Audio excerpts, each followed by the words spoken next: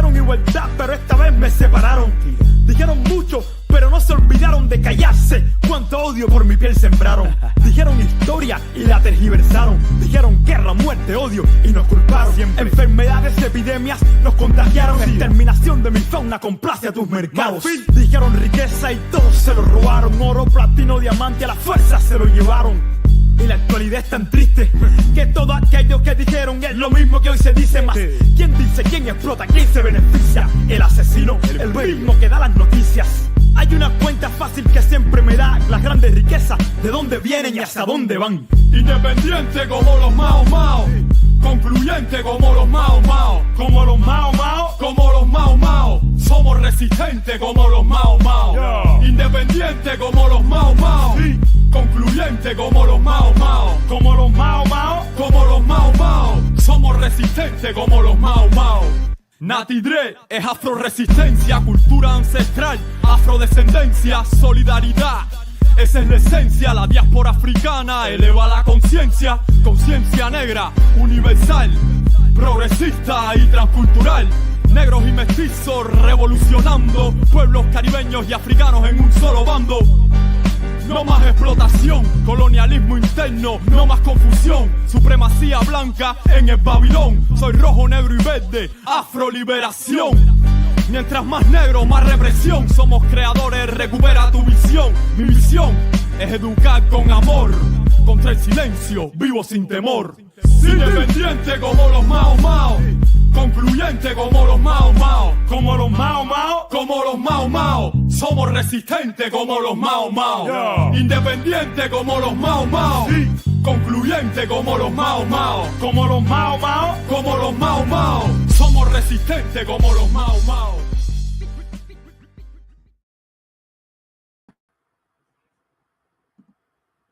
Rise up. What's up? What's up? Rise up.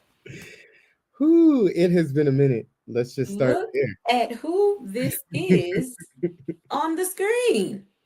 My goodness. Oh Lord. Oh Lord. I'm saying, celebrity sighting. It's a celebrity sighting. Fangirling out. I'm fangirling out right now. It's happening. It's happening. I'm fanboying out right now. Look, so then I guess when they say where them fans at, we both right here. Oh Lord, it is so good to see you, sister. It is so good to see you. How have you been? Absolutely doing well. You know, the wonderful thing about the work that we do is that we stay busy, and it's not always, you know, busy so much so that we can't catch our breath, or so busy so much so that we don't know if we're coming or going. It's just that we're actually doing the work. Mm-hmm. Really great to be back with the Rise Up International Morning Show. So glad to be here with all of the uprisers, and shout out to y'all uprisers, because you know we don't have a show without you, and we appreciate you rocking with us, even though it's like, okay, what are these people doing? Like, they be here today, they don't be here tomorrow, then they be back, and then they like go underground, then they pop up again. We appreciate y'all rocking with us through it all, because we are still navigating, you know, bringing things together, bringing people together, because as y'all know, we are an international morning show.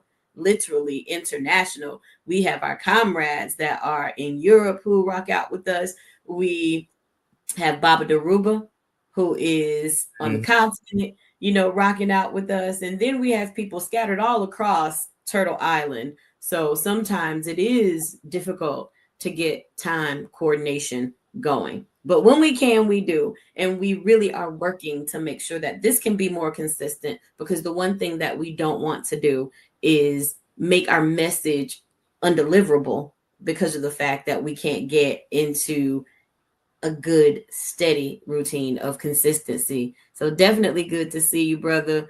I know that you've been doing a lot on the Indigenous Nightmare Network, always doing a lot. And I try to catch shows live. I do not catch them live most of the time anymore. I'm going back all the time to watch and catch up. Shadow banned. We're shadow banned as you know, the youngsters. I'm a youngster. Mm-hmm. I act like I'm not, but you know, as we call it, we're shadow banned or demonetized. Mm-hmm. We're just, you know, rolling with the punches, and a lot of viewers like yourself, probably aren't catching the alerts or Mm-hmm. notifications that should be coming in, but due to the fact that we know that Google, Meta, Yeah, YouTube, all of these big oligarchical tech companies are working in reciprocity with each other to make sure they are. places like They are. to make sure that like places like this don't have a platform, which is why our Patreon is very vital. You can support us at patreon.com/Black Power Media Reloaded, and you can help us for which we can start expanding a little bit more, but also alleviating ourselves from certain networks that we're having to associate ourselves with, like YouTube and whatnot, in order Yes. to get the news out there. But like you said, I'm so glad to be back. And to those that were wondering what was going on, what were they doing? Yes, I was over on my network trying to get the dominoes in check, not to fall down, but just getting them in check, getting my cards in line, ducks, whatever you want to say. I was making sure that network was cool. I had some family stuff that obviously I was. We always deal with mutual aid outreaches and things that are needed over here, and that's just for everybody. I would assume we all need some help. Absolutely. But with that being said, we're back, and we're coming back with some new content, and new backdrops, new stuff like that, and just stay tuned. And shout out to everybody that isn't able to be here today for this particular live show, like Dr. Ikemba, like Natasha X, like Rakim, like Buna, like Fernando and Kalanji. They're all doing their individual work. For those that don't know, Fernando is on his way to being a nutritional health specialist. I mean, holistic vegan. I mean, there's a lot of work. I mean, Reverend Kiana is accepting awards and whatnot regarding the documentaries that are exposing the atrocities that are happening here in the occupied territories of Turtle Island, all over, regarding cop cities. And so Dr. Ikemba doing his what he does regarding the Uhuru movement and everything positive that comes out of there. 10 Media Network and its connections to Southern California and the mutual aid outreaches that happen there and whatnot in Ontario, California. So a lot of stuff is being done, and we just gonna have to find time to come on here in the way that we used to before. But just know that we love y'all. We miss you guys just as much as you guys have probably missed us, and so we're willing to continue the work. Just gotta find some time. Absolutely. And shout out to Natasha, who recently successfully defended her dissertation. Congratulations, Natasha. Kalanji, as we know, is traveling. Kalanji has been doing a lot of work in the academic sphere, and I love it because Kalanji is always the first person to be like, I ain't no academic. And it's like, it's not such a bad term anymore, because we're defining the role of academics in movement. Kalanji's been doing a lot of working on books to make sure that stories get out. And I appreciate that work in particular. I know that Kalanji has a particular appreciation for our stories being told and put in print, and to make sure that our stories are being told from an authentic lens, that the truth is being told, and as much as possible by the people who are living that truth. And Kalanji has been working since last year, even a little bit before, on books with different people, but particularly our political prisoners, to make sure that their stories are told in their totality and told through their own lens, in their own voice, so that people can know what has really happened with our political prisoners. It's not just okay to say free Imam Jamil.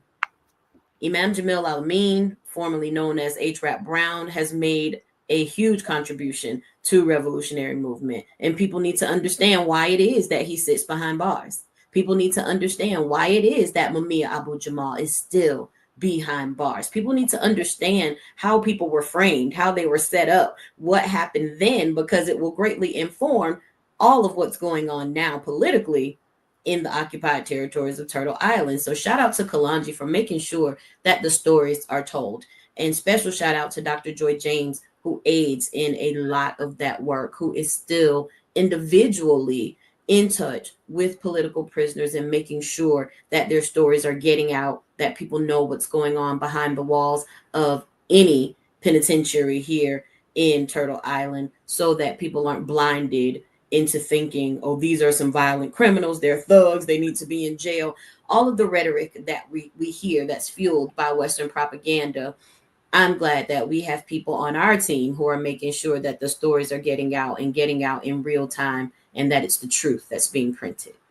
Yeah, and speaking of being printed in real time, speaking, historical truths, a member of this network of Black Power Media Reloaded, having a show with our comrade Buna, Dr. Gerald Horn just dropped Capital of Slavery, which, for those that were curious or were trying to create this divide between the transatlantic slave trade and the justification of capitalism and what it has done to our people, trying to make it seem like we weren't property that aided that capitalism. This book directly goes into how it built this. And so again, a lot of academic work being done, and shout out again to Natasha, because for individuals from the African diaspora to successfully defend their dissertations doesn't come it doesn't come very often, and when it does, we have to, regardless of your own personal understandings or what you personally feel in regards to these situations, it is a win for the African diaspora. So shout out to our sister. And shout out to everybody on Black Power Media Reloaded, and knows that, while this show was dormant, the other shows, have been able to build a fan base and get, some of the viewers from that would normally tune in for Rise Up are now tuning in for, Operation Power, and for Professor, Griff's show. Warrior Class. Yes, Warrior Class. All of these, very vital. Shout out to Vital Hoops. That's another show. Yes. Black Power Media Reloaded. So we charge colonialism, still going strong. Yes, exactly. And so it gave some time for, I think, individuals to get well acclimated with who we are, what we're doing, and what we're serious about. And so I'm happy to be back. Again, we've said it like 3 times, but I think it's because we're speaking this shit into existence. Excuse my French, but it's good to be back, and we're gonna roll out some information for you guys that we think is vital for you guys to listen to while we analyze it for you. And I don't know if you'd want to go to a quick break real quick, or if you want to just jump right into it, since the first topic, it really isn't something that me and you care all too much about. I say let's take the trash out, let's get that out of the way, and then we can keep moving. Okay, so let's start off with the fact that we have, coming out of NPR, Joe Biden has been diagnosed with prostate cancer. Now, I'm going to give my own little personal 2 cents regarding this, because I, being an individual that has advocated for mutual aid for my Palestinian comrades that have been indiscriminately bombed for almost 2 years now, and the 77 plus years after that, we have to really look at this as a I don't care moment. And I'll break that down in a very simple form, is that while he wants, or they want you to care for Joe Biden having prostate cancer, Joe Biden was complicit in the bombing of children that had cancer, elderly that had cancer, young individuals that had cancer that he was indiscriminately bombing. So the way that I feel about this is that do I care about victims of prostate cancer? Yes, I do. Very much so. My grandfather died of prostate cancer. I have to worry about prostate cancer. My little cousins have to worry about prostate cancer. This is a very serious reality that capitalism has created for young men like myself. But also looking at the research, looking at the statistics that come out when regarding prostate cancer, is that predominantly white men of his age tend to survive prostate cancer more than an individual from the African diaspora like myself.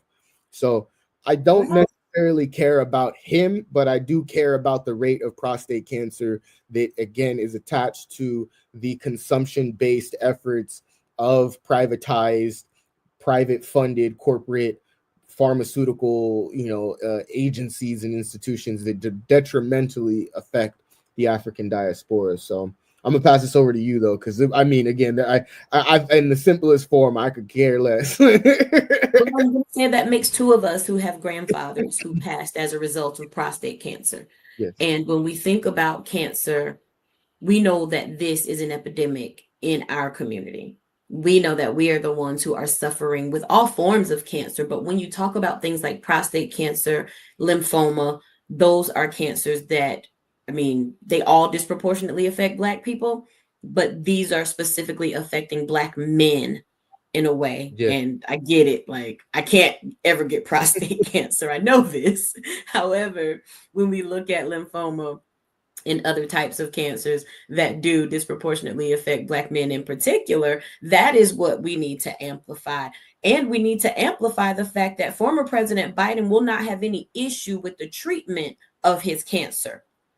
Black men who are being diagnosed with cancer, those people who are our neighbors and who are our relatives, are having to fork up hundreds of thousands, much of which is not covered by insurance. And a lot of this is causing people to go into debt. People are losing their homes as a result of being diagnosed with cancer. So they are scraping and scrounging just to get by. When we think about all of the atrocities that have happened in Palestine at the hands of Is Not Real, think about this. They want sympathy for Joe Biden's prostate cancer. But where is the sympathy for an entire generation of amputees that has been created? Do you know that the war against Palestinians has created the largest amount of refugees, the largest amount of amputees in the world? One in We're every talking third, about and I'm talking about children. I'm not even talking about the adults. Yeah, one in every third, 3 children that dies, one is an amputee. These are real statistics that they're trying to stop to be generated. When we think of what's going on in Palestine and the number of which that we see, look at that number and then multiply it times 4, and that's what you get. Absolutely. That's the number of individuals that have actively been ethnically cleansed, genocided, exterminated. They're now trying to come up with new words to describe what we are seeing in 4K on our own screens, on our own mobile devices. The same mobile devices that, guess what, people in the Congo have to mine coltan for in order for us to document it. So it's a cycle of anti-intellectualism, but most importantly, it's a cycle of garnering some of the most egregious amounts of sympathy for those for people like Joe Biden that have zero sympathy for those that he has affected, meaning not just Palestinians, not just the African diaspora. That goes to the indigenous populations of West Papua, Sudan, Congo. It is all across the globe. When you have 1,000 military bases, again, 1,000 military bases that work with one goal and one goal in mind, and that is to expand imperialism to its furthest degree. Absolutely. When we look at all the things that Joe Biden had beneath his purview or within his purview during his tenure as president and as a member of the United States Congress, what has Joe Biden done that really garners our sympathy? Because most of the things that Joe Biden has done and has been a part of have been to the detriment of us in our communities. So the only thing that I can say is that what goes around goes all the way around. You reap what you sow, no matter where it is, no matter when it is. My granny always said it. You may not pay what you owe, but you will reap what you sow. And this is just chickens coming home to roost. This is light, in my opinion, when you consider the effects of the decisions made by Joe Biden and how Joe Biden blatantly ignored Black people for all these years. This is small potatoes, really. He's got the money to pay for things. He's going to be just fine. Yes, I mean, when you have created a whole conduit in Burisma, when you have exploited and created paramilitaries to create a far-right military coup in South America, you have enough the money to be able to get past prostate cancer, unlike individuals from the African diaspora that will literally bleed themselves physically and financially dry until they have nothing left. I mean, I seen, you know, and it's not even just my grandfather on my mom's side. It's also my grandfather on my dad's side. It's, you know, really my step grandfather, but I didn't know any other grandfather besides him on my dad's side. So classify him that, you know, That's your grandfather. he was a former Black Panther, and I seen the life be sucked out of him. The last memory that I have of him is him helping us change or giving us a jump on a car, and then telling us that we need to change the battery on this shit if you want to get home. So, you know, God rest his soul. You know, it eats away, and then the aftermath of that is left for people like me and you. Yeah, it is. And let us not forget, of all the things and all the pardons that Joe Biden decided to issue for his own punk ass son because he was snorting coke in the White House and doing all types of other stuff and then dealing illegally and receiving kickbacks. Like, you pardoned your son, but you didn't pardon Mumia Abu-Jamal. You pardoned your son. You did not pardon Assata Shakur. You pardoned your son, but you did not pardon Imam Jamil Al-Amin. Like, you pardoned your son and preemptively, you preemptively pardoned this little pissant when there are people who still sit behind a wall unjustly, unfairly imprisoned, who you know are innocent, and you refused to pardon them. So I'm sorry, I'm having trouble mustering up a certain type of feeling about this. Yeah, and you know, for those that also, and this is not to take away what you're saying at all, for the viewers and for my co-hosts as well. There's a difference between clemency and pardoning. Pardoning means you did that part too. You know, pardoning means you did something, and you're guilty, and you want to be guilty to it. You know, and in most cases, yeah, that is an easy way to get out, but it also creates negative, you know, avenues that, you know, you're no longer allowed to follow or go down because you've agreed to something that you didn't do or didn't commit. Right. And so in Mumia Abu-Jamal's case, you know, clemency is what he would be asked for, is because, again, Mumia Abu-Jamal didn't do anything wrong but expose the truth, and they silenced. Absolutely. They silenced. So we should never. It's important. Yeah. You know, Thank you, Isaac. Yeah, and Imam Jamil Al-Amin, in the same facet, should get clemency. Again, Imam didn't do anything wrong other than scaring the shit out of white folks from all portions of Georgia to Mississippi, again, Alabama. These are all places that A-Trap Brown, now known as Imam Jamil Al-Amin, and for those that don't know, is dealing with stage 4 cancer right now. Yes. The cancer that we're talking about, that they want you to feel and garner or muster some form of solidarity for Joe Biden, when we've seen, not just in the 4 years that he was the president of this ill-conceived notion, of this country, as Glenn Ford would classify it. He also has a history, a racist history of being against, again, doing what the colonial system wants. So it's not surprising when I see Joe Biden talk the way that he does, but what is surprising is the amount of people that have garnered the amount of solidarity and saying, "Oh, this is sad. This is sad." It's not sad. If anything, we should be asking for more chickens to come home to roost. We should be asking for the prostate cancer to hit, for the dementia to hit them, for all of this stuff. That, again, we should not be asking for these people, again, die slow. That's what I want. I don't want a fast death, because that's what you don't deserve that. You don't. You don't deserve to again, you don't deserve sympathy. And I think that's really what the thing is moving forward with any Fed imperialist oligarch. Why are we showing sympathy? Yeah.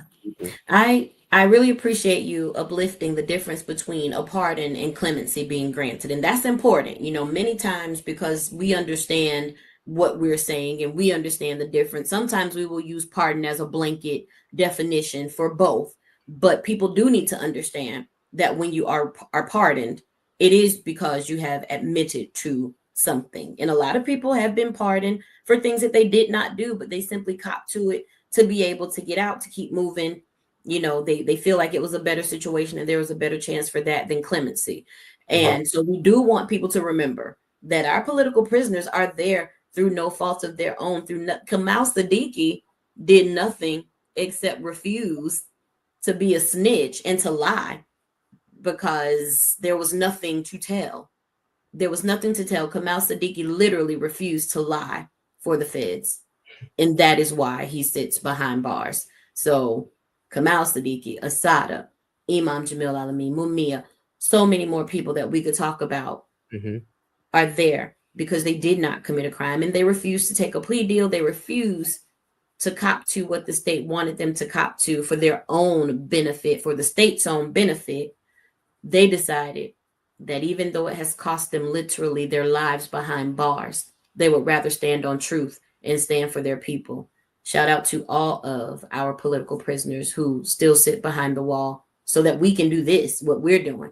Can't say how much it is that it means to us, but Joe Biden is what it is. I think Justin Timberlake has a song, what goes around comes around. And it does. That's where we leave. That's where we leave him at. That Ofe. I think it would be probably appropriate for us to take a break. We should. This break is going to be being that yesterday was Malcolm X's birthday. Again, 100 years. 100 years. And we only had him on this earth for, I believe, 41 of those years. So we've had 59 years of him consistently being brought up, and as he should be brought up. But I'm loving the evolution of individuals contemporary from a contemporary form talking about what's going on, and then instead of trying to rely on a white man from 1800s or from the 1700s or from the early 1900s, that we have Malcolm X, Thomas Sankara. We're going to get into Burkina Faso when we come back from this break. There's a lot of individuals we can learn from, and there's a global resistance that's going on right now that we need to start paying attention to, which is why Pan-Africans, the Pan-African diaspora especially, must learn from what Burkina Faso has done, because it's something that we could essentially do here, whether you call yourself a Pan-African or a New African. We all meet and correlate and come to the same crossroads at some point. We all African. That part. And moving forward, understanding what we can learn, but never copy and paste. We're not looking for copy and paste revolution. That's right. Those tend to one, they don't follow the guerrilla warfare mentality, and understanding unfavorable and favorable war looks different in different places of the globe, into different people. So I think, again, it being yesterday, that, Malcolm's birthday, we have to really hone in on the significant importance of yesterday, but most importantly, Malcolm X moving forward. And to my knowledge, and to what I move forward is that you will hear, and you will hear more of Malcolm X's words coming out of my mouth than a Lenin or a Hegel. And that's just because I'm tired of relying on a white man's literature that hasn't worked in 100 years or has been compounded upon by individuals just like me. So I feel you. I'm hearing you. I'm hearing you 1,000%, and I'm right there with you. Shoot. Well, let's go to this quick break. We will be back, you guys. Enjoy this. And you had a really good name for it that I heard when I was on my little hiatus from the Rise Up break. I call them black power ups because I don't believe black power takes a break. Black power doesn't take a break. So some people call them breaks for black power. I call them black power ups. Let's get it. Let's get it. Black power ups is what they'll be named moving forward. We're working on some graphics because Kiana was on to something there. Is on to something there. So. We'll see you guys in a minute. Enjoy some Malcolm X. We'll be back.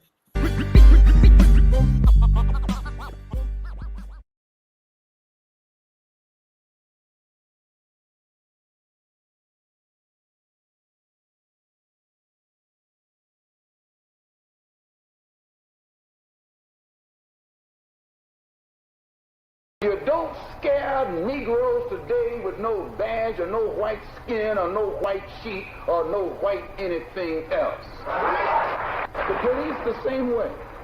They put their club upside your head and then turn around and accuse you of attacking them. Every case of police brutality against a Negro follows the same pattern. They attack you, bust you all upside your mouth, and then take you to court and charge you with assault. What kind of democracy is that? What kind of freedom is that? What kind of social or political system is it when a black man has no voice in court, has nothing on his side other than what the white man chooses to give him? My brothers and sisters, we have to put a stop to this, and it will never be stopped until we stop it ourselves. They attack the victim, and then the criminal who attacked the victim accuses the victim of attacking him. This is American justice. This is American democracy. And those of you who are familiar with it know that in America, democracy is hypocrisy. Now, if I'm wrong, put me in jail. But if you can't prove that a democracy is not hypocrisy, then don't put your hands on me. Democracy is hypocrisy. If democracy means freedom, why aren't our people free? If democracy means justice, why don't we have justice? If democracy means equality, why don't we have equality? Who are you? You don't know. Don't tell me Negro, that's nothing. What were you before the white man named you a Negro? And where were you? And what did you have? What was yours? What language did you speak then?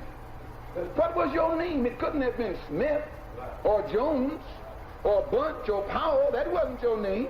They don't have those kind of names where you and I came from. No, what was your name? And why don't you now know what your name was then? Where did it go? Where did you lose it? Who took it? And how did he take it? What tongue did you speak? How did the man take your tongue? Where is your history? How did the man wipe out your history? What did the man do to make you as dumb as you are right now? 20 million black people in this country have been like boys in the white man's house. He even calls us boys. Don't care how big you get, he calls you boy. You can be a professor. To him, you're just another boy. I heard him calling Ralph Bunch. Why, he's a good old boy. And if we can't do it, we should hush our mouth. If you can't do for yourself what the white man is doing for himself, don't say you're equal with the white man. If you can't set up a factory like he sets up a factory, don't talk that old equality talk. Get off the welfare. Get out of that compensation line. Be a man. Earn what you need for your own family. Then your family respects you. They are proud to say, that's my father. She's proud to say, that's my husband. Father means you're taking care of those children. Just because you made them, that don't mean you're a father. Anybody can make a baby, but anybody can't take care of them. Anybody can go and get a woman, but anybody can't take care of a woman. Yes, we hate laziness. We hate drunkenness. We hate dope addiction. We hate nicotine. We hate all of the vices that the white man has taught us to partake in. And he accuses us of hating him. Why? Because the white man knows you're more dangerous sober than you are drunk. Yes.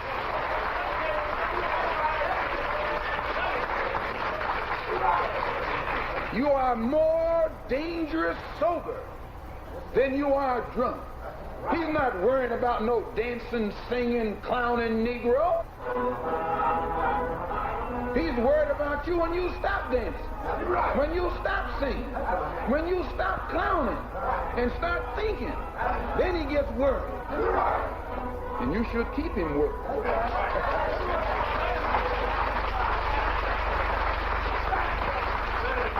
And now you know you need someone to teach you to respect your woman. You say, well, what about the white woman? No, you've been respecting her. Every time you see a Negro man, he got his hat off, showing his teeth to some pale-skinned white woman.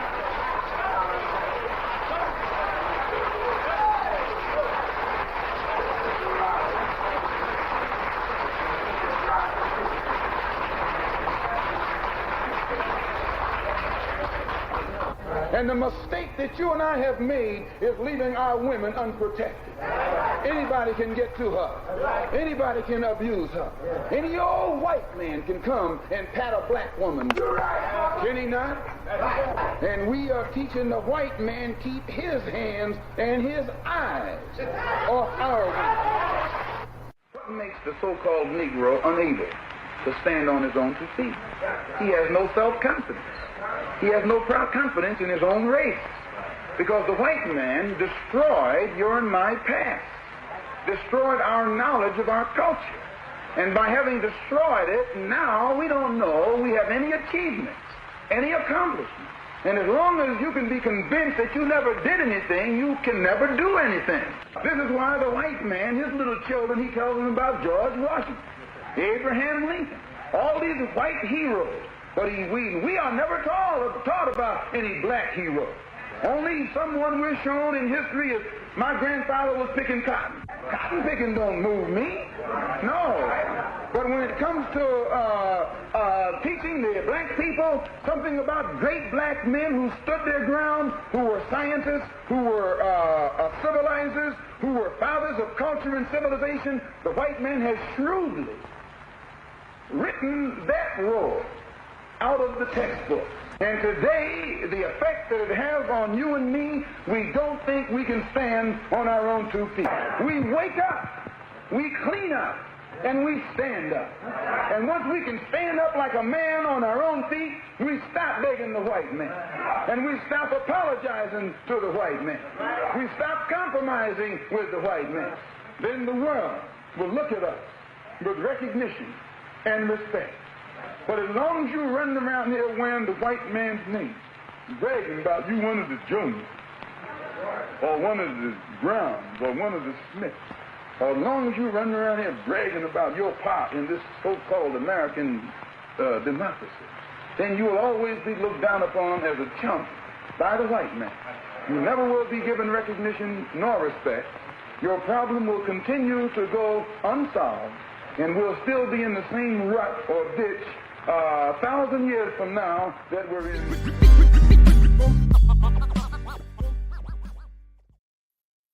All right, we are back. Let's get this back on the screen. We need to talk about this before we get into Burkina Faso, which actually correlates into what Malcolm was talking about. But this is where we're at, you guys. I don't know if it's visible on the screen. If I need to make it a little bit bigger, let me know. If you could make it a bit bigger, that would be great. But it is visible on the screen. That's good. And that headline is not. That's not a joke. That's serious. Yes. Is the Department of Homeland Security considering a reality show where immigrants compete for U.S. citizenship? I don't even know what in my mind.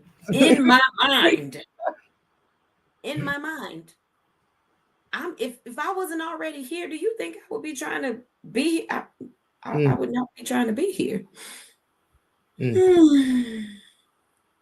But the fact that these people would further exploit their terror against people.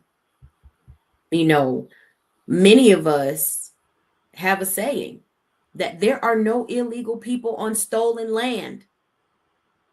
It ain't no illegal people on stolen land. And how does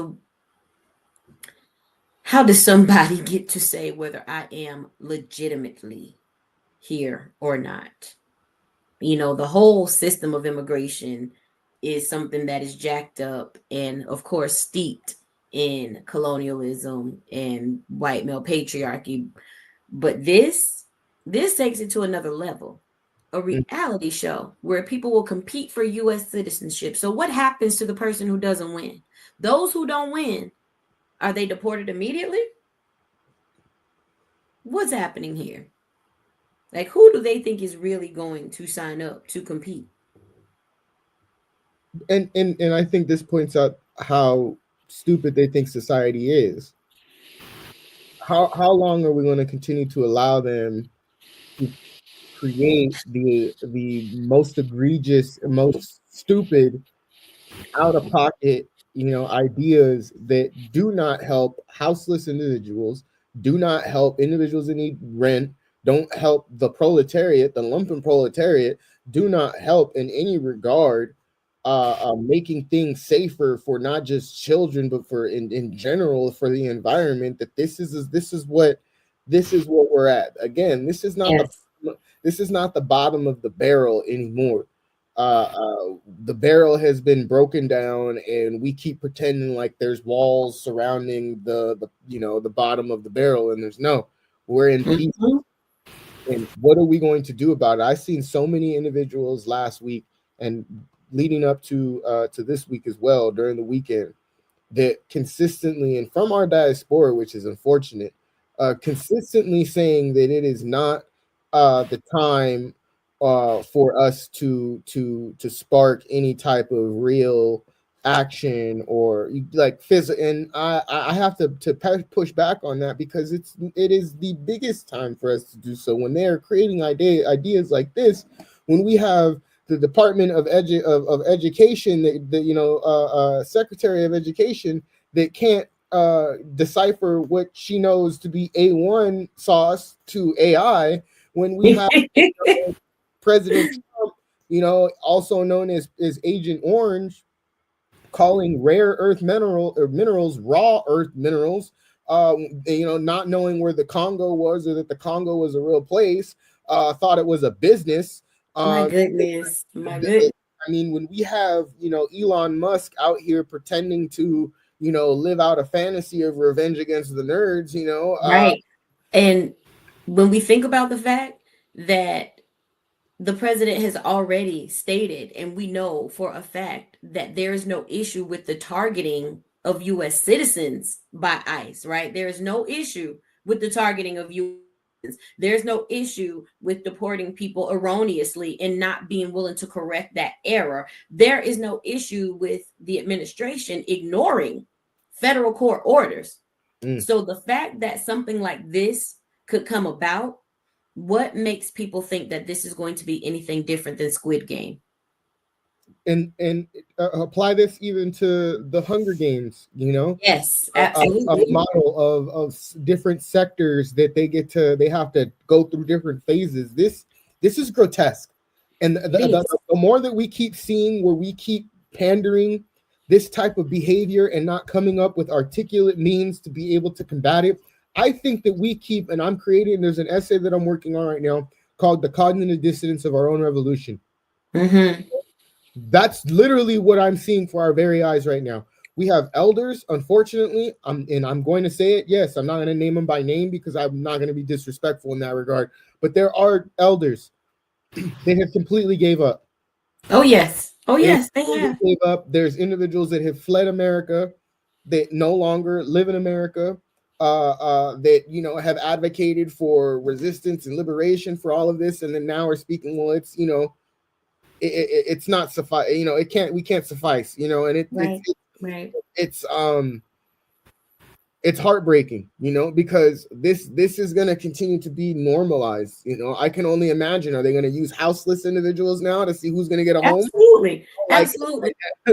It's the housing wars, it's the water wars, it's the utility wars, it's the citizenship wars. It's all about our safety. But when I look at a story like this, what I see is how it would take those people who are quote unquote too far to the left to bring them back to the middle, push them further to the right, because immigration is one of those things where we see Democrats and Republicans on the same page.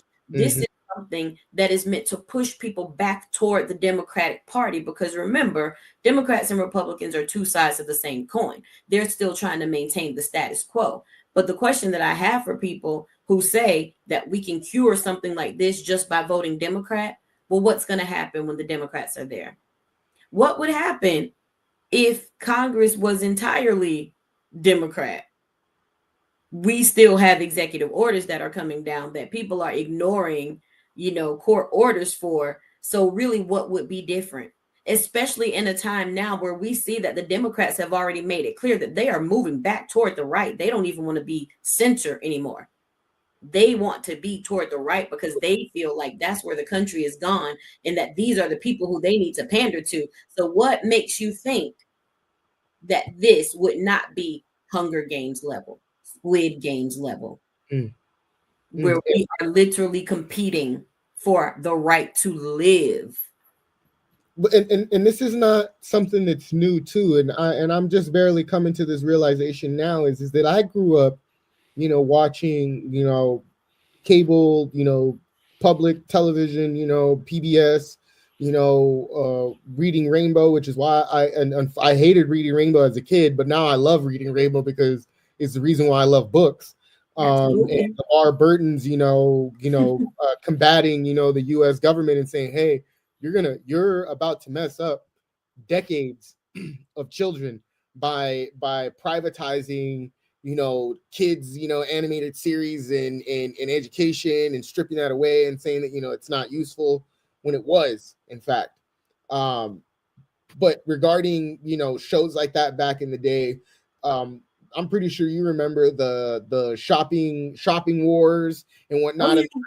Where you go to the shopping stores, the supermarkets, the supermarket wars, and you gotta hurry up fast. You gotta put all the stuff in the guy, and you gotta get to the next section. And if you win all of those groceries, well, that was during a time period where Japan was whooping automotive industry, U.S. automotive industry left and right, which is why during the 90s we seen an influx of what Toyota, Mitsubishi, Hyundai, Scion, all these companies. You know, I want my MPG. You know, Mazda. I used to listen to that commercial on public television as a kid all the time. But I used to watch these shows also too, because these shows played reruns, and they even continued into the early 2000s, and you know, and whatnot. I'll let you guys guess my age or find that out. But again, this is nothing new. They have been, again, normalizing people having to, again, compete for basic needs, whether it's food, housing. I mean, Extreme Makeover Home Edition, which was, again, if you dig deeper into it, especially that now people have, it was a show that predominantly helped people who were formerly in the military. Right.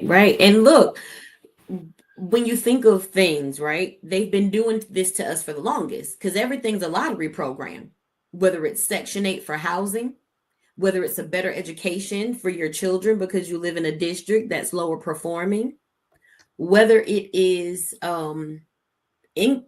based on your income housing as well. Everything is a lottery system. Charter schools, all of this, a lottery. High schools are even on a lottery system. If your kids do not get a certain percentage in a certain quarter, if their quarters don't match, say what this school matches, and they get this amount of funding, then you don't get that amount of funding. You get this amount of funding. It's all like, I'm glad that you bring it up on a lottery system. It's based off of also gambling too. Yes, they've embodied this gambling approach to your own livelihood. And I think that mixed with a multitude of other examples justifies why this is the best time for us to come together. It is. You know, it looks different in my eyes, looks different in your eyes, looks different in different organizations' eyes. But the sole goal is that we see the writing on the wall. We see, this is like again, we see the writing on the wall. I stopped myself from doing a weird ass example for you guys. So I mean, even when you look at any program that the government puts forward, whether that's the federal government or your local government, I'll take the city of Atlanta, for instance. Andre Dickens running for mayor again. So to make himself look good, he wants to appear as if he's doing something about the housing crisis here. Rolls this program or rolls out this program talking about being able to help people with housing. For all that they've touted this program to be, residents were calling me last week saying, can you believe this mess? It's a lottery. Only 200 people are going to be chosen to get this benefit. Every single thing is a lottery. It's a gamble. It's based on a lottery system, and it makes the haves and the have-nots. And of course, when you have those types of conditions, when you make it so that people have to compete on a certain level, you know what the result will be, because there will always be people who not only want to try to cheat the system, but there are people who are desperate enough to hurt other people just to get what they want. So now you have people pitted against each other perpetually while the government just sits back, laughs at us all, you know, while they sip mimosas and have a good time. You know, they're out on the lake on houseboats and stuff, and the rest of us are just, you know, down here trying to make it. And you earlier, to kind of piggyback off of what you just said and what you also brought up earlier as well, is that there is no person, whether it's Democratic, whether it's independent, whether it's Republican, we are far past that, especially if you classify yourself as Pan-African. I really want to know where your ideology stands in regards to you consistently falling for this insane, and I call it insane because the root form and definition of insanity is to do something and to expect a different outcome after going through the same motions that you went through time and time again and expecting something different out of it. That doesn't work. That doesn't help the African masses of people, especially those that are resisting imperialism 1,000 times more than the individuals that classify themselves as Pan-Africanists here in the West. That's not to degrade, that's not to downplay any work, but it is highlighting that we have to do something better. Because again, when you are telling people to vote independent, vote third party, vote for this, and then we see Citizens United versus FCC, which was a Supreme Court case. It literally grants unlimited amount of spending to corporations. How is that avenue even equitable even then? So, but then it's not. This is an occupation. So we have people out here saying to end the occupation in Palestine, end the occupation in Congo, end the occupation in West Papua, end the occupation elsewhere, but fail to realize that we live here in an occupation that's been here for 500 years, that subjugated not just my indigenous ancestors here in the North America, but mine and Kiana's ancestors that come from Africa, that were brought here enslaved, were forced to breed amongst each other so that they could be used as consumption and collateral. And we just we don't even make up the lump sum. So mind you, 80% of African slaves were sent to two places mostly. It was to Haiti and it was to Brazil. And it was Haiti got more of that percentage if you break it in half. It was about 46% that they have. So this system has been rooted off of the exploitation. There is no trying to be the masters of this system, because in order for us to be the masters of the system, we are in part saying we become the oppressors. We want to be the oppressors. We want to exploit. There is no trying to gain power and then the powers be stripped away. No, they're not going to give you that chance, which is why corporations are going to spend as much money as they possibly can on a hacker, on a bunch of lobbyists, on a bunch of campaign ads, so that way your ass doesn't get in the position that you think you have the ability to get through the fallacies that they've created and saying that this is a justful system for the free, the home of the free, and you know, the land of the free and home of the brave. Brave enough to exploit you, brave enough to do it in your face. That's right. You know, that's just really what it is. And this is just a prime example of where we're headed. And if we don't, from a community basis, from a collective basis, from an individual perspective, come together. And I think what people got to make sure that they don't miss in this whole article is that this is the Department of Homeland Security that offers this consideration. That is doing this. This is not Andy Cohen or any of these other reality show hacks that are doing this. This is the Department of Homeland Security, a United States government agency. And you want to know who they're going to back or try to get back to back this, if this is something that is going to be a reality moving forward, which I wouldn't doubt it. They'll get individuals that look like us to try to justify it. So you'll have Snoop Dogg up there crip walking, you know, telling you, you know, this is good for the economy. You'll have, in some regard, someone up there from our diaspora that's again Hakeem Jeffries, as much as you already know it. NW APAC and APAC Shakur. Let us not forget about Sultan Patriarchy and Jasmine Crockett. You know, we cannot. Oh my goodness! You ain't talking about Jasmine Crockett now, because Jasmine Crockett is the. I just gotta say this real funny thing real quick. I was at a friend's birthday brunch this past weekend, and we were talking about politics and everything. And he was saying, "Oh my goodness, every time I see Jasmine Crockett, I think about you." And I said, "What? Why?" Oh Lord. Yeah. I don't see. And he said, no, because of how knowledgeable she is, and about how, and because of the way she snaps on those people all the time. And I looked at him and I said, "Child, you know I love you, but Jasmine Crockett could never on her best day."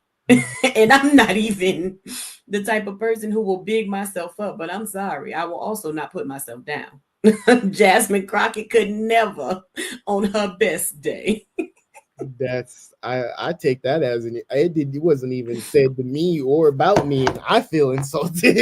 you know, and you know, I have to remember though that, you know, people have known me, because you know I done lived, and people have known me through my indoctrination. People have known me because that is a person who knew me before I became radicalized. That's the person who knew me when I was boots on the ground stomping for these politicians, when I was talking all about how the only way we were going to get anything was through voting. You know, these days, of course, I know better, but and I was dedicated to it. Yeah, and for those that are, you know, probably questioning or saying, you know, what alternatives do we have moving forward that we can still rely on? Well, we could stop being punks and get together. That's what we could do. That's one major thing that I love that you bring up, you know, and in addition to that, we could start working with the indigenous populations here. Okay. Absolutely. We should start creating relations here and then advocating for international relations abroad that then again circumvent whatever imperialism is has an idea for. These are bright, you know, they're not well-rounded ideas, but they are starts. And there were people, you know, that I'm connected with, being Afro-Indigenous, being connected here to the occupied territories of Turtle Island, and having, you know, my history, you know, stretch, you know, over the waters into, you know, the motherland. We have to start working together, which is why, again, moving this, you know, along, why we have to learn from Burkina Faso, but most importantly, learn and identify neo-colonial aesthetics. And when they use us to try and demonize our own brethren across, you know, the globe, being that we have Michael Langley that is trying to advocate for a coup of Burkina Faso and the Sahel Alliance, because 30% of French energy is no longer being taken out of the Burkina Faso's economy anymore. Because they are working in reciprocity with, I mean, as much as I wouldn't want them to, but again, it's better than nothing. Working in reciprocity to gain all of ownership of their gold. And if someone wants to mine it, you can only mine a certain amount, and that's that.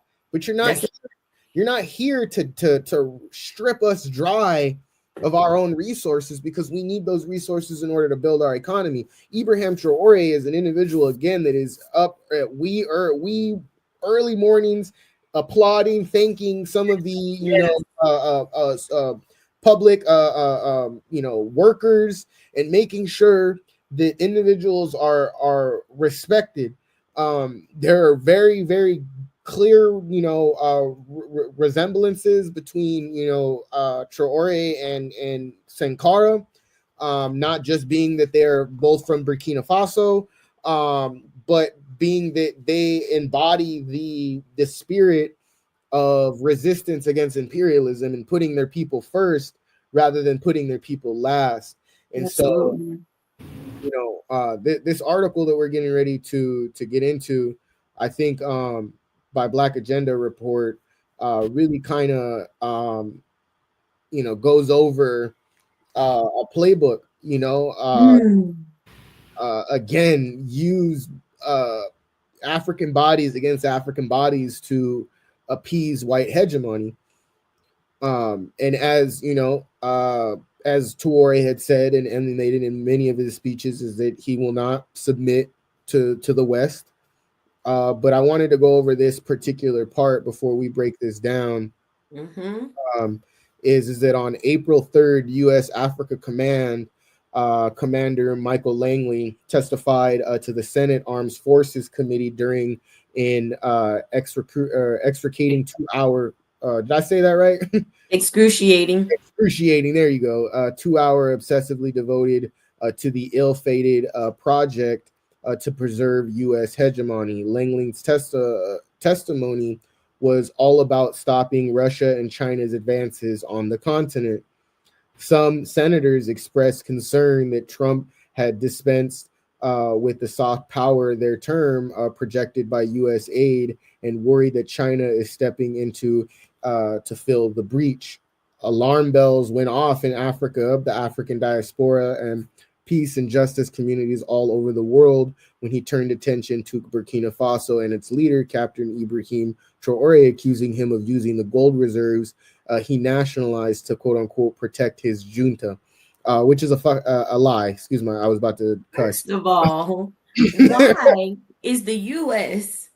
so invested, and I use the term purposely, invested in the gold reserves in Burkina Faso and what China and Russia are doing there, when there were no 2-hour committee testimonies about Israel bombing Syria, Lebanon? There were no 2-hour testimonies about Rwanda invading Congo. There were no 2-hour testimonies about the Kenyan army going to Haiti. First of all, AFRICOM should not even be. How do you decide that you're going to set up command on some continent that did not invite you there? This is what colonialism is. This is what imperialism is. This is what U.S. hegemony looks like. The fact that AFRICOM even exists, AFRICOM needs to be shut down. Yeah, because there is no Eurocom. Where's the U.S. European Command? I'm waiting.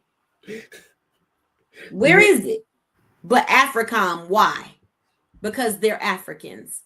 Because it's always an assault on the African. Africans don't deserve to have what they have. Africans aren't educated enough to know what to do with natural resources in their own countries. Although, who are the most educated people in the world? There is nothing that Europeans were able to do on their own. They invented nothing. They started nothing. Literally everything they stole. Because there is a place called Kemet. Everything from mathematics to hamburger helper. Everything. Literally everything. I mean, but Malcolm said it in the Black Power Up that we watched. They've wanted to erase our history. And that's the reason why you learn about Thomas Edison instead of Lewis Latimer. You know, there's this video. It's these elders and they're speaking, but they're speaking facts, and it's funny though. It's very funny. The satire of it is what's funny. Is, you know, they said, you know, black men invented the stoplight. He said the white man invented the ticket. That's it. That's to oppress, because they're jealous of our ingenuity, right?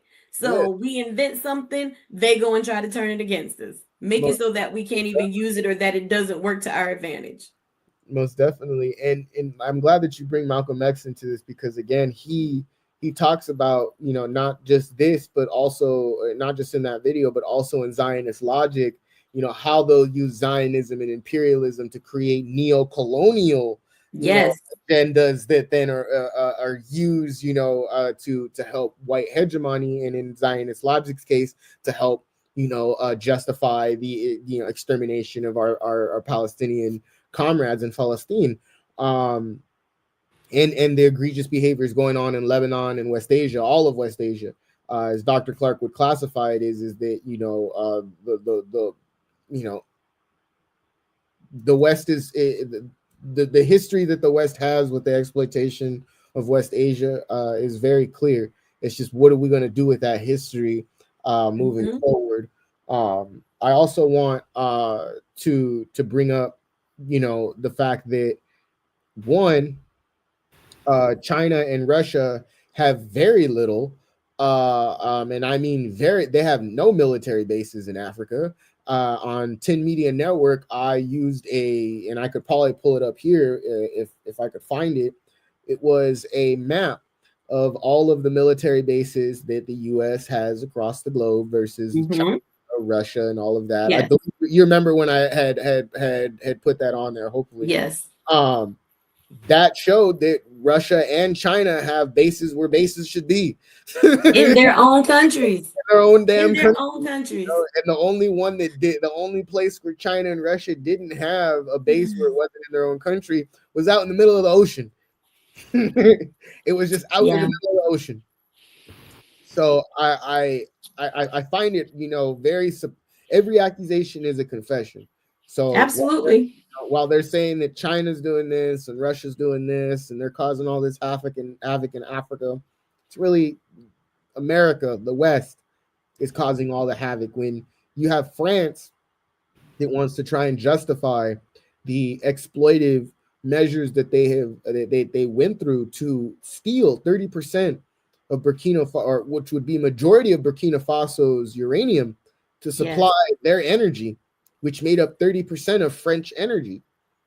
So now that they don't have that, that's a problem, because now they're not exploiting other people in order to get stuff that they then are making people pay for. So they steal it, then they put a new price tag on it, call it something different. You know, this is our money. Sounds like capitalism to me. Exactly. They steal what you already got, put a new price tag on it, and sell it back to you, and you can't even afford it, and then they charge you because you can't afford it. Yes. Capitalism.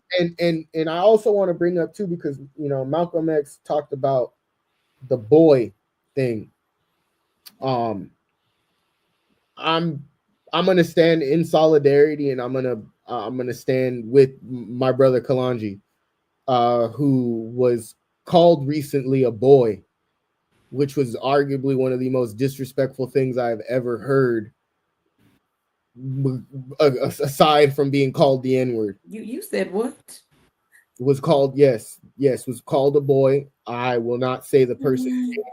I will not say the organization who did it, but what I will say is that this racist hegemonic behavior does not just fester within the white community, which is why we're seeing Langley being used as a neo-colonial puppet, but most importantly, having racist ass ideology that turns into very prejudiced behavior. Because again, in order for us to be racist, we have to be in power. We're not in power, and we've never exploited people for 500 years for that to be put onto us. So we exhibit prejudice behavior towards our own people and to other individuals, and use racist ideology to justify it. And so that's what was being used and what was used against our brother Kalanji. And so I just wanted to point that out, that I thought it was disrespectful. I don't know if it was talked about since I've been gone or whatnot, but that immediately, it brought me to that, is that they don't have respect for us as Africans. So they call us a boy, or they call us, you know, as my great aunt If you could see her photo right here, she went to high school and straight from Abilene, Texas, to Ontario, California, and went to Ontario High School and Chaffey High School as well, and had to stand up and stick up for herself and saying, "You're not going to call me gal. Call me gal. You know my name. My name is on that roster sheet." Yeah, we had a situation like that when I lived in Jersey. My supervisor had to tell a person who would come into our office, and I was working as a deputy municipal clerk at the time, but there was a man who came into the office and he would consistently call us girls, and we were all women of color. And one day she took him into her office and let him know, we respect you. You come in here a lot. We recognize you as a member of our community. However, I don't know if you realize what you're doing. And I know that she made an allowance because we were in Jersey. And I will tell you honestly that for some reason, women in that region, people feel like it's okay to call us girls, black, white, or whatever. They will call women girls. And she told the person at the time, you might not realize that this is demeaning. I understand that you have a certain camaraderie with us and that we enjoy lots of conversation and a certain relationship. However, it is disrespectful for you to consistently call us girls. We are all adult women. We would prefer either to be called by our names or you can just say ladies, but by no means should you ever call us girls. Yeah. And that person apologized. They had no problem with it, but it was something that I noticed a lot in different places where I was. Every job that I ever worked when I was in New Jersey, there were people who would call us girls, male and female, mostly white people would call us girls all the time. And I'm glad that you bring up the unintentionally knowing that it is demeaning or not. Regardless of the fact it is demeaning. And this is the behavior that we see is that, Mike Langley will use that same verbiage towards Traore and call him a gangster and a thug and call him all of these things that we know a white man would call us, to our face, but now we live in a time period where they don't need to call it to it. They don't need to say that no more. They have multiple individuals that come from our diaspora that could just say that for them. And it's disgusting and egregious. And that's why I love the fact that Traore is very well versed. He speaks English very fluently. He is, and people have even alluded to saying that it is AI generated. It is not. That is Traore speaking. And you see how they people can never accept the greatness of Black people. Intellect. They can never accept the powerful intellect that Black individuals bring. And he talks about that. He says it's more disheartening that this is a Black man doing this to me and saying these things about me and our people than a white than anything else. Him being a general commander, it is the fact that he is the same color and skin tone as me and comes from the same motherland and can't understand that this is a perpetual cycle of using us against each other to try and justify this imperial behavior. And plantation politics at its best. House Negroes didn't realize that they were still slaves, right? They didn't realize they were still slaves. No, they was running around like Samuel L. Jackson saying, Alvin. So these people don't understand, right? Because when you think about the narrative of the house slave and the field slave, the one thing that the field slave could always say is that I know who my parents are and they are proud of me. Like they claim me, they want me. House slaves were often the children of the master and could not even be claimed by a parent. So think about Michael Langley. You are the child of the master, but who's really claiming you? Who's claiming you? That's the question. And here's a video of Mike Langley basically stating what was in Black Agenda's report, saying that, they're using their gold reserves to basically bolster their military apparatus, and rightfully so, damn it. If they have the right to. There's no question about it, like at all. And I think that is the defining factor is that you can't identify the fact that you're the imperialist and that you're not the good guy and you never have been. But right. you know, and you can kind of see it in his face a little bit, you know, is that he either is one, irritated that he has to do this, or two, he's scared because he knows that this all this means is another loss for what he believed and has conformed to for 40 plus years of his life, which is disgusting. I mean, you became a sellout for nothing. Hey. You know, but here's Mike Langley and then Traore responding back to him and basically saying a lot of what we've already said. Let's see here. This one's good. Those proceeds are just in exchange to protect the junta regime. He talked about Burkina Faso's gold, saying that we use it to protect ourselves and all that. First of all, it's Burkina Faso's gold. It's not his gold. And that's the first thing. What business is it of his? It's none of his business. It's Burkina Faso. It's Burkina Faso's gold. It doesn't concern him. Second thing, he's lying. Because Burkina Faso never had any gold reserves until we came along. We are the ones who started setting aside gold for the treasury of Burkina Faso. Otherwise, there wasn't a single gram of gold reserves in Burkina. That means he's a liar again. Another thing, when he says we use it to protect ourselves and all that, we are free. If the people have decided that we should govern them, we have a duty to protect ourselves. So we are free. What business is it of his? And the part that hurt me the most, not because he's a general or because he's American or anything like that, but because he's black. It really hurts to see a black man being used to fight against another black man. And this didn't start just now. It has to stop. You see, it's very dangerous. Even Libya, who destroyed Libya? Once again, they used a black man. In movies back in the day, in America, black people always played the bad guy. But we know that's just in the movies. But why do black people have to keep playing the bad guy? I think that if he heard this interview, he should look at himself in the mirror, feel ashamed. 100, 100, 100. I heard last week, the day that story dropped, I heard that interview, and all I could say was yes, yes, yes, yes, yes during the entire time that he was speaking, because again, it's Burkina Faso. It's not your business. You don't even have, like, your comments don't even mean anything in the grand scheme of things because you do not belong to the nation of Burkina Faso. This is not your business. Mind yours. Like, literally, if you cared that much about black people in the United States, I don't know if you would keep the job that you have. Don't know.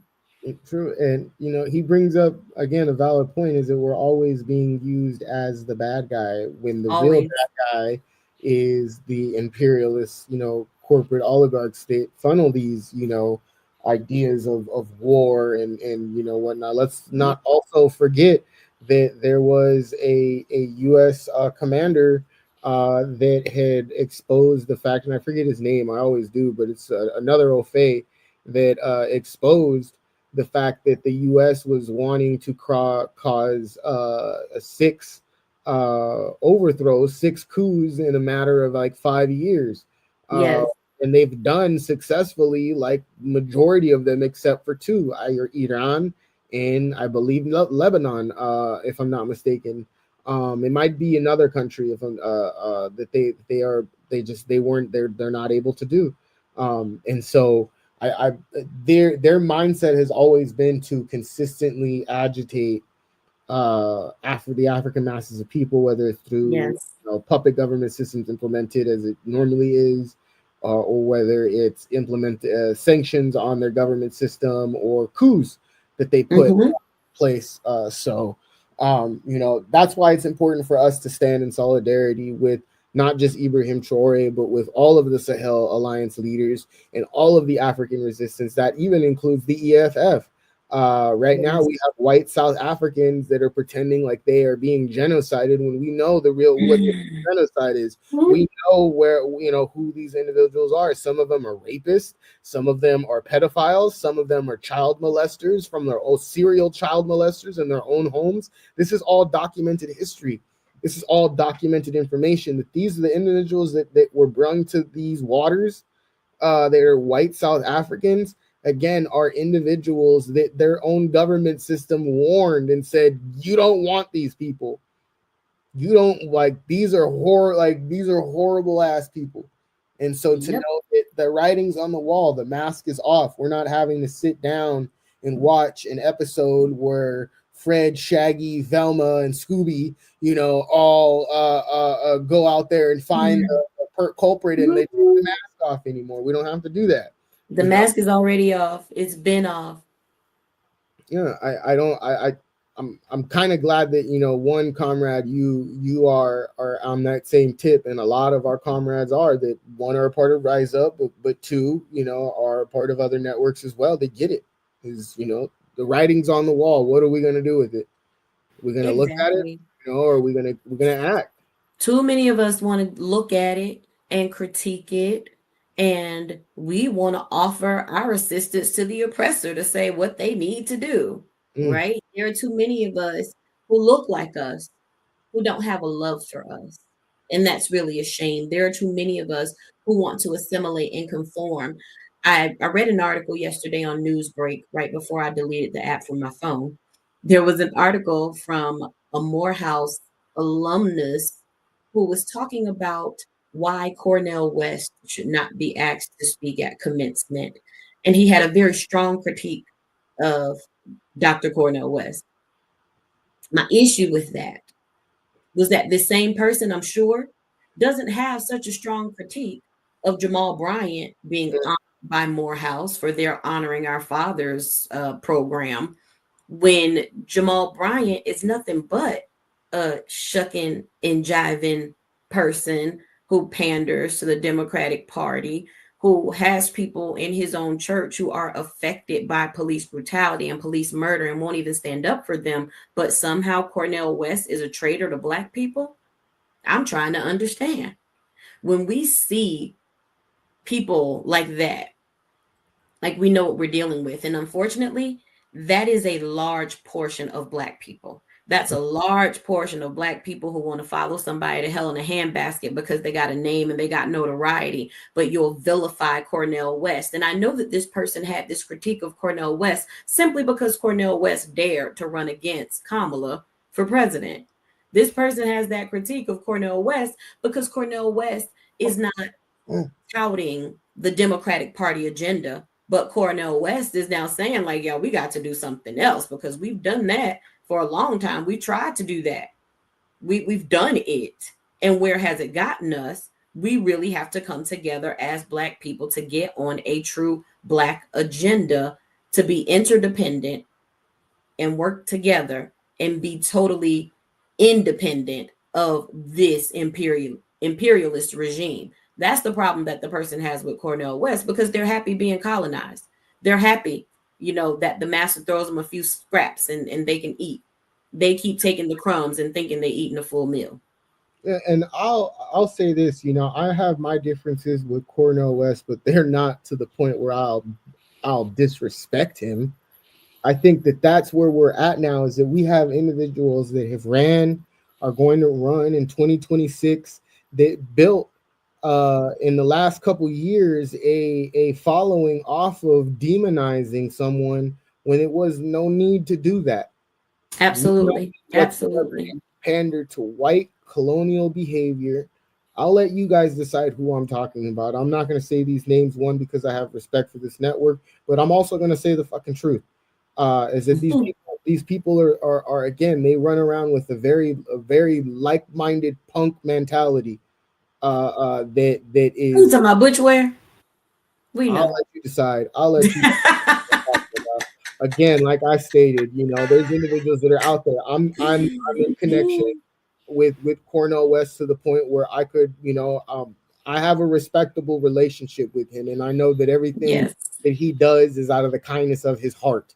And I wish individuals would question that, continue to question that, because the thing is, Dr. West is not beyond reproach to the point that he feels like he's never made a mistake or he's never made a misstep. that part. He's able to admit that. He's done so, in my presence, in yours, and the presence of others who we know. Dr. West has talked about the things that he believed at one time and the reasons why he made certain decisions and was in favor of certain tactics that he thought were going to advance Black liberation, but also talks very openly about why he has now abandoned certain things because of what he's seen, because of what he's experienced. And unless you are just willfully ignorant, but we know, because as you said, you're writing an essay about cognitive dissonance, there are some people who are forcing themselves not to see what is really happening right before their eyes. There are some people who are forcing themselves not to believe a genocide that they see playing out in real time.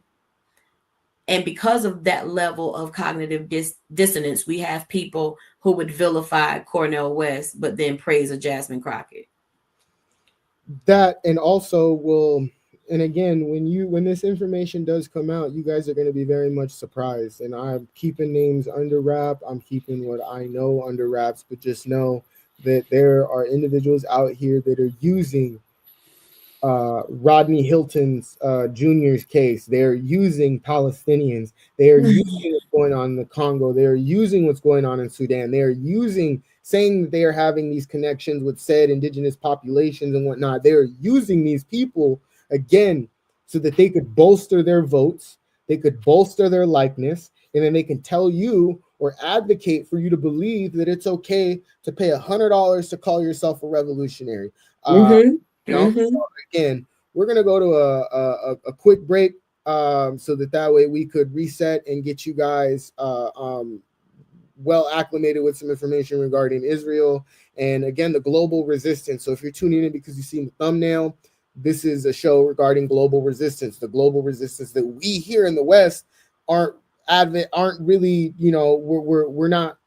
we're getting C's on things that we should be getting A's on, because we have the mental fortitude, as we keep alluding to on social media, that we do, but we don't exhibit in physical form.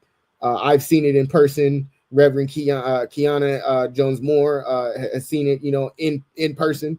Has been a victim. Me and her have both been a victim of this.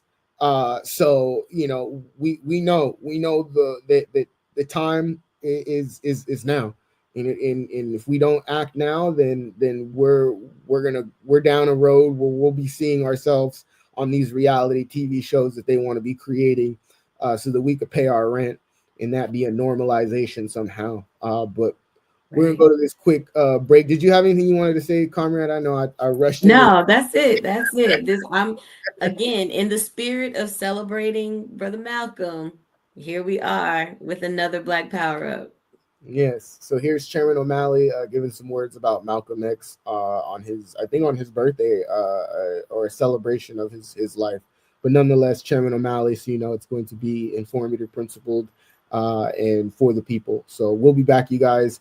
I hope you guys are enjoying the Rise Up Morning Show. My name is Isaac Jasper. This is, again, Kiana Jones Moore, and we are back. This is one of many episodes that you will see moving forward with the Rise Up crew. And so, yeah, hope you guys are liking it. We'll be back.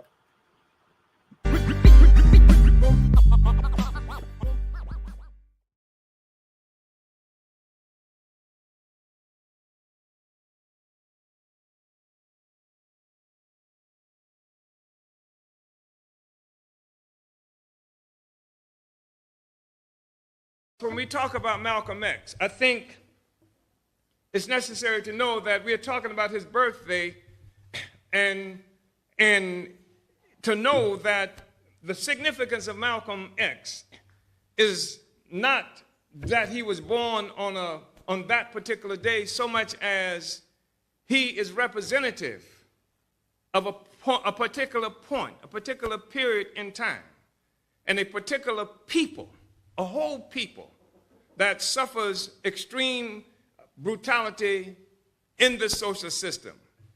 Malcolm X, most of us know, was born on May 19, 1925. it is worth noting that the date of his birth, the year of his birth, was the same year that the United States government jailed Marcus Garvey. Malcolm X's father and mother were followers of the movement led by Marcus Garvey that was called the Universal Negro Improvement Association and African Communities League.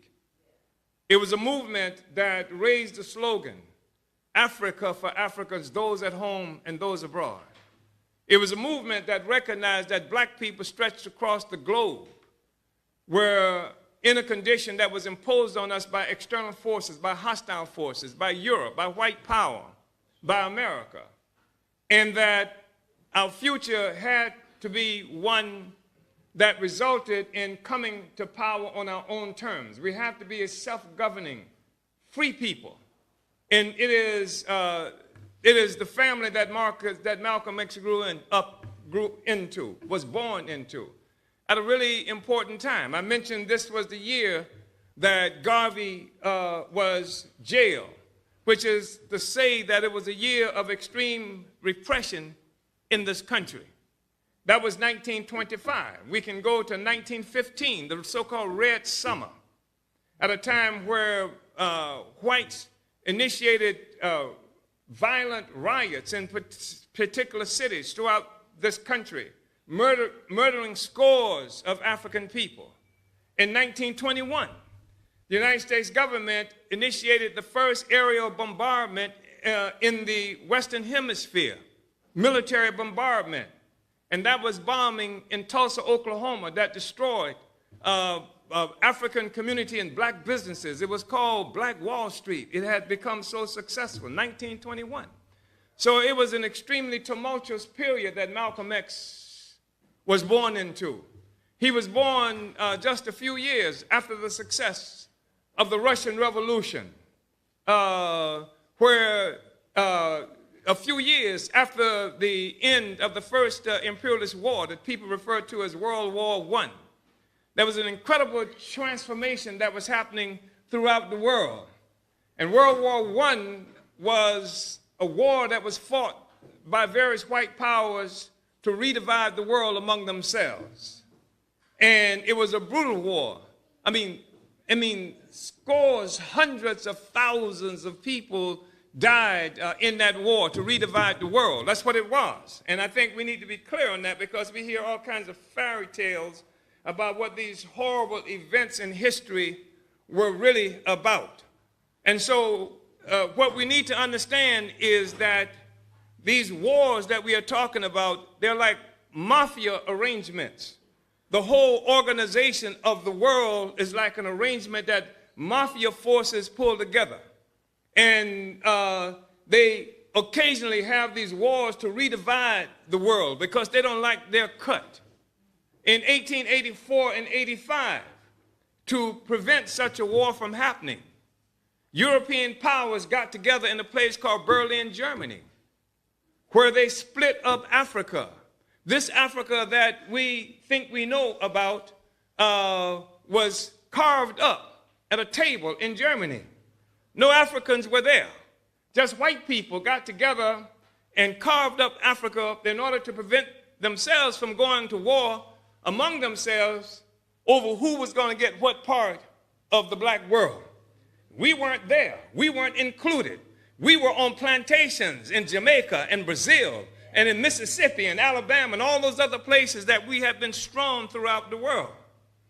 And so there has been this history of Europe going to war with each other, redividing the world. They don't like the arrangements. After a few years, then they go to war again, redivide the world. That's what happened with the Second Imperialist War. Germany felt like it got a bad deal after the First Imperialist War. And it kicked off the Second Imperialist War, again, to redivide the world. We were told, and we get taught this nonsense in our classes, that the war was fought for democracy, etc. That's what we get taught. But how in the hell can a country be fighting a war for democracy when lynching is the national pastime in the same country? How in the hell could America be fighting for democracy when the national pastime in the country was killing black people?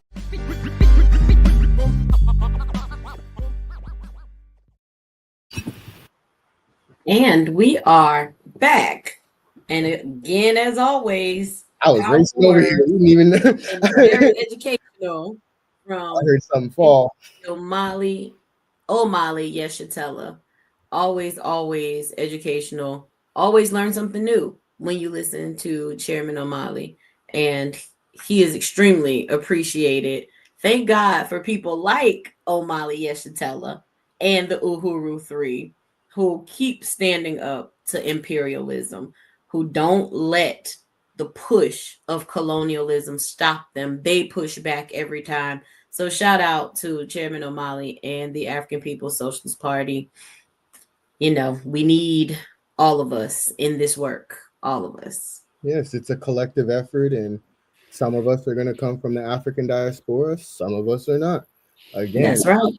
And to re-emphasize, when we mean collectively come together, we mean all people, because we're at a stage now in imperialism and corporate capitalism where, guess what, white folks, y'all are up for grabs. Y'all are up for grabs. You might act Look, but you are. They coming for all of us. All of us. So, and that brings us to our last segment, being that the continued bombardment, extermination going on in Palestine with our comrades. And so, in order to tie in the global resistance, we wanted to bring this article to you guys from Cradle. Actually, no, I'm lying to you guys. We have the DHS. Did you want to talk about the Louisiana? You know what? I did want to talk about this one, the Cradle article. Let's get into this, and then we'll end with the Louisiana situation. This is, again, a leaked proposal reveals Israeli plans to trap civilians, divide Gaza into 3 isolated zones, reports say. So the plan would confine Palestinians to isolated zones tightly controlled by military checkpoints and surveillance. Now, I covered about 6 months ago in northern Jabalia the death coups that were going on. That were going on, and this goes directly into it. So I'm not going to blabber too much about this, but what I will say is that this is an ongoing situation that, one, this network, Black Power Media Reloaded, talked about, but also 10 Media Network talked about as well, that was going to come into fruition. Is that a $200 million private plan was going to be rolled out to help privatize certain sectors of Palestine to ethnically cleanse and exterminate. Then this is equivalent to them creating 3 Auschwitz and normalizing it. It's egregious, but I'm gonna let my co-host speak because we don't have a whole lot of time left, unfortunately.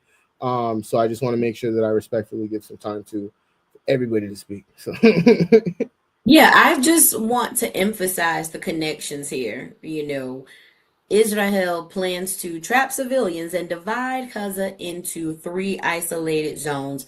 What does that sound like to you?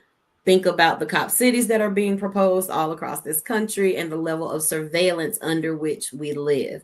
When I think about Atlanta, I have to always remind people that the proposal for Cop City didn't come out of nowhere, that the Georgia International Law Enforcement Exchange and other deadly exchange programs that take local police officers to train with the Israeli military are the reason that you see these types of proposals. And what do? They divide up our neighborhoods into surveillance zones. They make it so that people become accustomed to being surveilled. Everyone knows that Gaza is the largest open air prison in the world, has been. And when you look at the fact that Atlanta is now the most surveilled city per capita in the United States, but other cities like New York are close behind, and there's nothing but continual surveillance, but surveillance, checkpoints, that leads to people being more susceptible to profiling, because now you are used to a continued police presence, but now it's a militarized police presence. Look at what Donald Trump is talking about at the times and places that he wants to deploy the National Guard. Look at where we're going. Like, do we not see the play that's happening here? What we see is that we're mirroring exactly what's going on in Israel in particular, because the United States says a lot of times you will hear anybody from the United States government say that that is our greatest ally. They always have been. They always will be. We will protect Israel. We will always stand for the right of Israel to protect itself. But how are you protecting yourself when you are the aggressor? What is it that you have to protect when you are the one who's making all the moves? What is it that you have to protect when you're stealing from everyone else? What is it that you have to protect when you can murder anybody? You're not even limiting your assault to the Palestinian people. You're murdering Iranian people. You are murdering Lebanese people. You are murdering Syrian people just because you want to. But we're focused more on the fact that Burkina Faso is protecting itself. And it's a problem for Burkina Faso to protect itself. But Israel has a right to protect itself. Somebody got to make it make sense to me. Yeah, well, again, as Kwame Ture would put it, it's a backward system. You know, and it always has been a backward system, and we've manipulated ourselves into thinking that it's a justifiable system that is backward. Mind you, we know that it's backward, but we don't identify the negative implications of it at all. And so this, again, not surprising, will continue to come out. There have been also, they admitted in Israeli news, local news, it admitted to, you know, killing journalists. I mean, like that, again, when we say the mask is off, it doesn't mean domestically either. It means internationally, who they've created. It's the mask is off. And all we can say and advocate here on Black Power Media Reloaded with what we have is, you know, exposing the truth and letting you guys know. And then with that, you guys taking the initiative to help Palestinians out with whatever way you can, whether it's sharing, whether it's finding someone that needs someone, to just share a link for them so that way they can be able to get a certain amount of funding, you know, and do that through a vetting. Unfortunately, you have to through a vetting process, because I know a lot of comrades. I know my network was fooled by a network that, you know, was you know, again, it was disgusting behavior, you know, for which, you know, I got me almost evicted, which is why I had to take a step back. You know, for the personal note, you know, if I'm peeling, you know, a portion of this onion off for you guys. But most importantly, you know, helping Palestinians out and understanding that their struggle and their plight comes at the hands of the oppressors that we have here as well. So, yeah.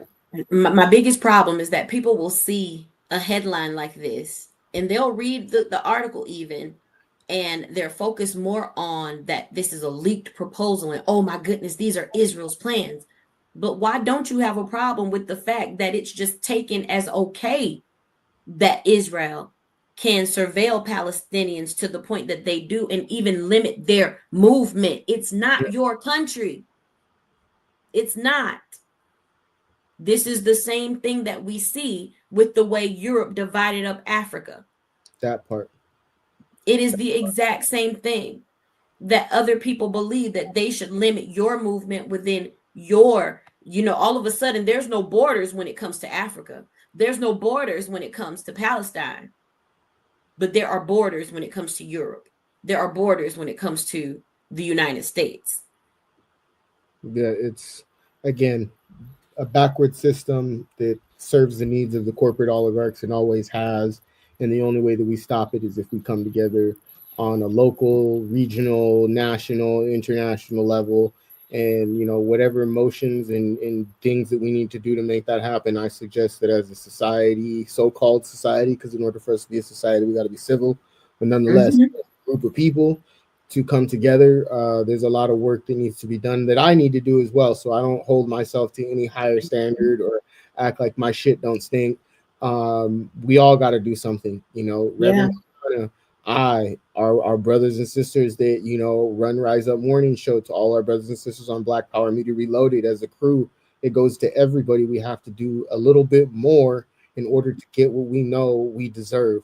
Yeah. What we've allowed is we've allowed lazy colonial behavior to take the voids of radical, liberated movements and acts that help our struggle. So with that being said, is there anything you wanna shout out? I know you got a radio show that somebody's supposed to be on. I know. I don't know. Somebody's. Look, I like the Crossroads. The Crossroads airs every Thursday at 4 p.m. Eastern Time on WRFG.org and at 89.3 FM Atlanta. That is the Crossroads every Thursday at 4 p.m.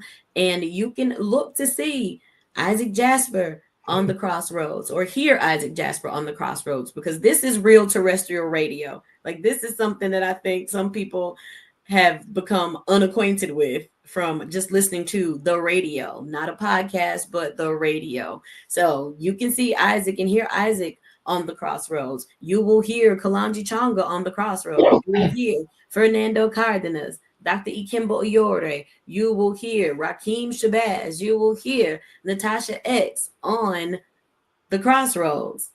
Don't think that there's anything strange happening when it's like, okay, wait, am I listening to Rise Up? Am I listening to the Crossroads? Because yeah, you're going to hear from all of these people, but you're also going to hear a lot of people who are talking about decolonizing the church and the role of spirituality in revolutionary movement, because that is the premise of the show. I do believe in deconstructing harmful theology, in helping people obtain liberation first through liberating their minds. And religion is a large part of mental enslavement.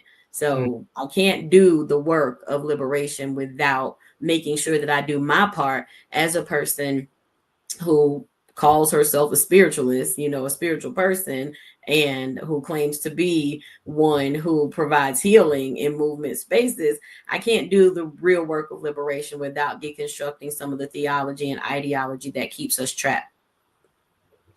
You said it. You guys can catch me over on 10 Media Network tomorrow, and on Kiana's show, which is again it's a very essential, because we have so many individuals that come from so many groups, so many different nationalities, cultures that have been exploited and have been put through the ringer, for lack of better terms, when it regards to religion that was co-opted to serve the needs of a colonial structure. And so the show for me is going to be more or less like rehab, because for those that don't know, and if Rev Kiana didn't know, she is like a spiritual, advisor, for me, and I put you up there with my Uncle Michael because of the amount of resistance that you have to the system, and what you've been able to, the lowest of lows, being able to help me figure out how to survive. And it's not even just that, but it's just keeping my head above water, mentally. I have deep-rooted respect for that, and the show again is gonna be rehab, because religion is fucked. Excuse for lack of a better term, is messed me up, and has messed a lot of what I feel I've been unable to do or think about. And so I'd love to dive into it and really open up about it, because a lot of the people that brung me into the church are Zionists, that I've had to block. People who exploited me for my voice, because at one point I was I sang, stuff like that it's wild. It's just wild. And so I'd love to dive into it, and I'm really excited to know that I will be a guest on the Crossroads. And so yeah, today's show was what it should have been, and what it always will be, is principled, dialectical, but again, heartwarming and for the people. So I hope you guys enjoyed it. I enjoyed it. I'm glad to be back. So you guys will see me on here. My availability is open, so you might see me again tomorrow. Who knows? to figure that out before that day comes. But yeah, I got nothing else. I think we could log off. I think that is a good place to say peace, y'all. Uhuru fam, we appreciate you uprisers. Again, we have nothing if we do not have you, and we truly appreciate you. Isaac, it has been my pleasure as always, and I can't wait until we are here once again. Rise up, y'all. Rise up. We'll see you guys. Sometimes the riot is a quiet one.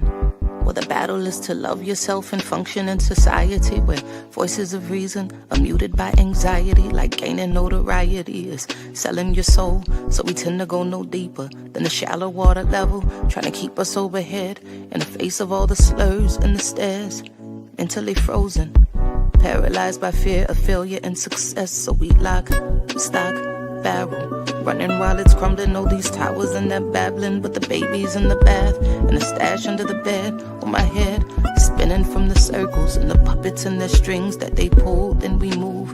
Reactionary warfare never produces winners on the field. Feeble and foolish. What tools and what weapons are we using? We need some new ones. Real revolution. It's real solutions. Well, we've taken on the ways of the ones who conquer with their guns and religion and division. Got my inner me looking like my enemy. Real revolution. Well, my inner me, really a mirror for the galaxy. New time, brand new paradigms, new contracts to sign. They thought that this would all be televised, though it's happening right before our very eyes. It's on the inside, with their guns cocked. When that rock drops, standing on the rooftop, praying that the mountaintop can live inside the valley. People tell me the reward is somewhere off in heaven, like heaven's only in the sky, like chariots are swinging, like God is something separate from yourself, from your wealth, from your lover, from your neighbor. Oh, your savior is coming in your own name, coming with the face the same. Real revolution. It's real solutions. Well, we've taken on the ways of the ones who conquer with their guns and religion and division. Got my inner me looking like my enemy. Real revolution. Where my enemy is really a mirror for the galaxy.